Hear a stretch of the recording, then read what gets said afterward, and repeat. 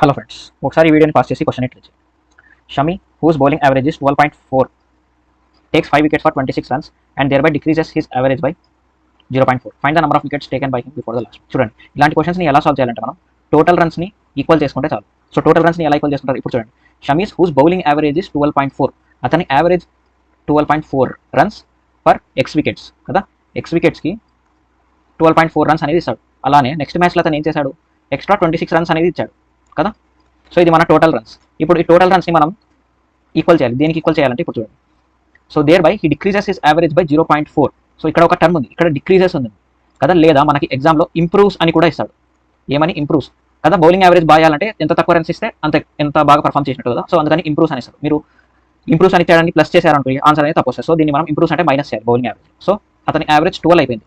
ఎప్పుడు అతను X plus 5 wickets అంతే కదా. లాస్ట్ మ్యాచ్లో 5 వికెట్స్ తీసుకున్నాడు, ఇన్ని వికెట్స్ తీసినప్పుడు. ఇప్పుడు ఈ ఈక్వేషన్ని సాల్వ్ చేస్తే మనకి ఆన్సర్ అనేది వచ్చేస్తుంది. సో ఇక్కడ 12x వచ్చేస్తుంది అండ్ 12 5 60. ఇది ఆ సైడ్ పంపిస్తే 0.4x ఈక్వల్ టు కదా 60 - 26 ఏమైపోతుంది, ఈ 26 ఈ 60 ఉంది కదా. సో 4 30 34 అయిపోతుంది కదా. ఇది 340/4, 4 8 32, 4 5 20. సో మన ఆన్సర్ 85 అయిపోతుంది కదా. Just runs equal to runs చేసేయండి, runs equal to runs. Okay, and ఈ క్వశ్చన్ని సాల్వ్ చేసి మీరు కామెంట్ సెక్షన్లో దీని ఆన్సర్ చెప్పండి. Okay, thank you everyone. ఇలాంటి వీడియోస్ నేను డైలీ అప్లోడ్ చేస్తాను. వీడియోస్ సెలెక్ట్ చేయండి అండ్ ఛానల్ సబ్స్క్రైబ్ చేసుకోండి.